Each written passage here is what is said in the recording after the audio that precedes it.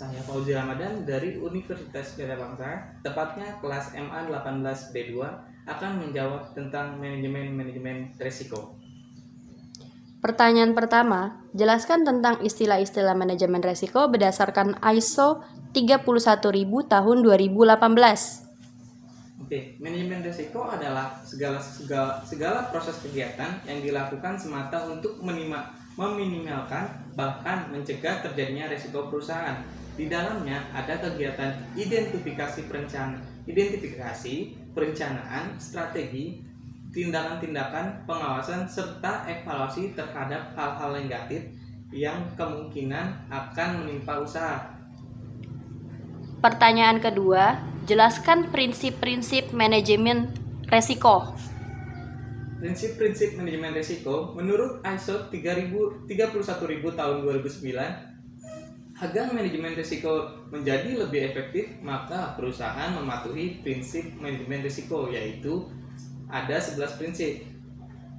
Yang pertama, pengelolaan risiko menciptakan dan melindungi nilai. Yang kedua, pengelolaan risiko merupakan bagian yang terintegrasi dengan seluruh proses bisnis organisasi. Yang ketiga, pengelolaan risiko merupakan bagian dari proses pengambilan keputusan.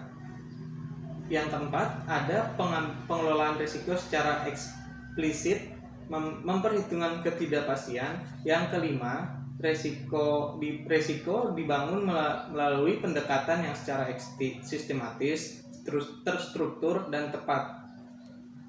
Yang keenam, pengelolaan risiko membutuhkan ketersediaan informasi yang memadai.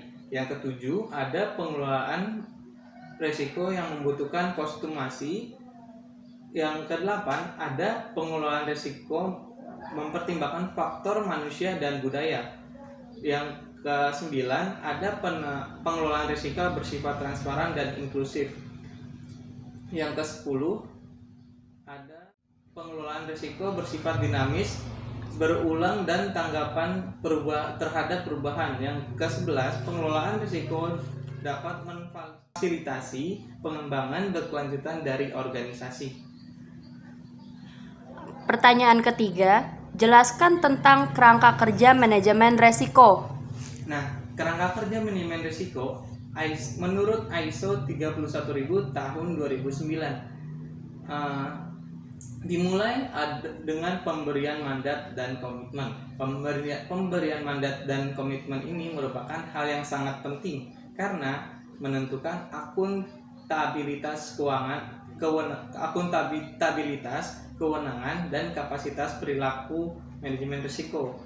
Hal-hal yang penting harus dilakukan pada pemberian mandat dan komitmen. Selanjutnya ada design of framework for managing risk. Nah, ini ada pemahaman risiko dan konteksnya penetapan kebijakan, akuntabilitas. Nah, setelah desain of framework for managing risk ini, kerangka ISO 31000 tahun 2009 dilanjutkan dengan kerangka implementasi. Dengan implementasinya ada PDCA, yaitu Plan, Do, Check, and Actuating. Pertanyaan keempat, jelaskan tentang proses manajemen risiko. Proses manajemen risiko merupakan kegiatan kritikal manajemen risiko karena merupakan penerapan daripada prinsip dan kerangka yang telah dibangun. Proses manajemen risiko terdiri dari 3 proses besar, yaitu penetapan konteks, establishing the context. Penetapan ini bertujuan untuk mengidentifikasi dan mengungkapkan sasaran organisasi lingkungan di mana sasaran hendak dicapai, stakeholder yang berkepentingan, dan keberagaman kriteria risiko di mana hal-hal ini membantu mengungkapkan dan menilai sifat-sifat kompleksitas dari risiko. Nah, yang kedua ada penilaian risiko, risk assessment. Nah, penilaian ini terdiri dari identifikasi risiko, analisis risiko, dan evaluasi risiko. Yang ketiga ada penanganan risiko atau risk treatment. Dalam menghadapi risk treatment ini ada 4 penanganan yang dilakukan oleh organisasi. Nah, yang pertama ada menghindari risiko, yang kedua ada mitigasi risiko, ketiga transfer risiko kepada pihak ketiga, yang keempat ada menerima risiko atau risk acceptance. Ketiga proses besar ini didampingi oleh 2 proses, yaitu ada komunikasi dan konsultasi. Nah, komunikasi dan konsultasi ini hal yang sangat penting dalam prinsip manajemen risiko yang ke-9, menuntut manajemen risiko yang transparan dan inklusif, di mana manajemen risiko harus dilakukan oleh seluruh bagian organisasi dan memperhitungkan kepentingan dari seluruh stakeholder organisasi. Yang kedua, monitoring dan review.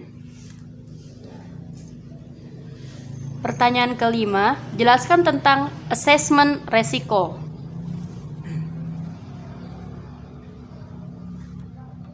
Oke, risk assessment atau disebut penilaian risiko. Penilaian risiko adalah metode yang sistematis untuk menentukan apakah suatu organisasi memiliki risiko yang dapat diterima atau tidak. Penilaian risiko merupakan inti dari setiap audit, di mana kebanyakan audit yang dilakukan saat ini menerapkan risk-based audit. Penilaian dari risiko itu sendiri menjadi dasar dari prosedur-prosedur yang dilakukan dalam audit. Begitu pentingnya penilaian risiko ini, sehingga penilaian ini diatur dalam standar audit SE 315. Pertanyaan keenam, jelaskan tentang mitigasi resiko.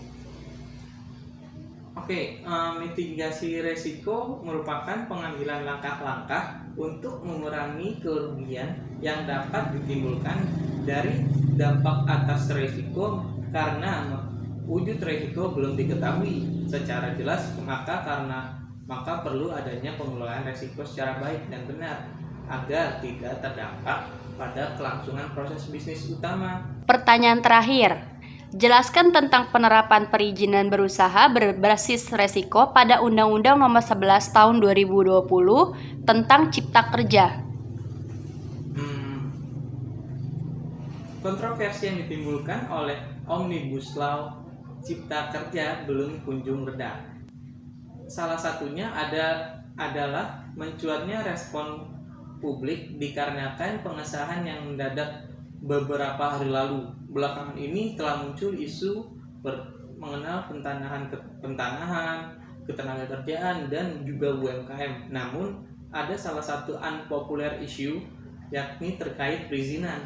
Nah, ini bagus banget nih, perubahan mendasar perizinan yang dirancang melalui undang-undang ini. Ada perombakan paradigma perizinan di Indonesia, utamanya perizinan tentang berusaha.